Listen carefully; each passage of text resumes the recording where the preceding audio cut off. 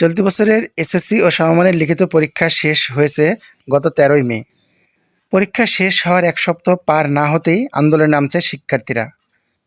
২ দফা দাবিতে আগামী রোববার ২৫শে মে শিক্ষা ভবনের সামনে সমাবেশ করবে শিক্ষার্থীরা। মাধ্যমিক ও উচ্চ মাধ্যমিক শিক্ষা অধিদপ্তরের সামনে সমাবেশ করার ঘোষণা দিয়েছেন তারা। আবারও ২ দফা দাবিতে আন্দোলনের ডাক দিয়েছে একদল এসএসসি ফলপ্রত্যাশীরা। বৃহস্পতিবার গণমাধ্যমে পাঠানো সংবাদ বিজ্ঞপ্তিতে এই কর্মসূচি ঘোষণা করা হয়।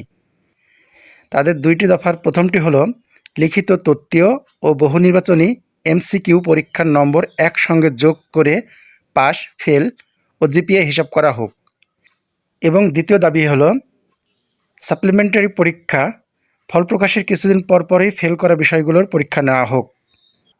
দাবি দেওয়ার সঙ্গে একমত পোষণ করে রাজধানীর একটি স্কুল থেকে এবছর এসএসসি পরীক্ষায় অংশ নেওয়া শাহনেওয়াজ পারভেজ বলেন, ২০১৮ সালের আগে এসএসসিতে আলাদা আলাদা পাস মার্ক ছিল না। এখন লিখিত পরীক্ষায় পাশ করলেও এমসিকিউতে ফেল করলে তাকে ফেল দেওয়া হয়। এটা আমরা চাইছি না।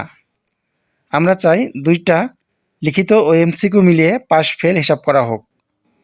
সে আরও বলেছে, আমরা ২৫ মে সমাবেশ করব, শান্তিপূর্ণভাবে আমাদের দাবি দাওয়া জানাবো। আশা করছি শিক্ষা মন্ত্রণালয়, শিক্ষা বোর্ড আমাদের দাবিগুলো মেনে নিয়ে এবার এসএসসির ফল প্রকাশ করবে।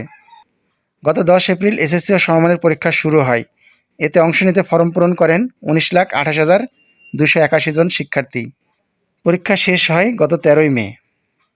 শিক্ষার্থীরা জানায়, আমরা শান্তিপূর্ণভাবে আন্দোলন করব এবং আমাদের সংশ্লিষ্ট কর্তৃপক্ষের দৃষ্টি আকর্ষণ করে আমাদের দাবি আদায় করতে সচেষ্ট হব।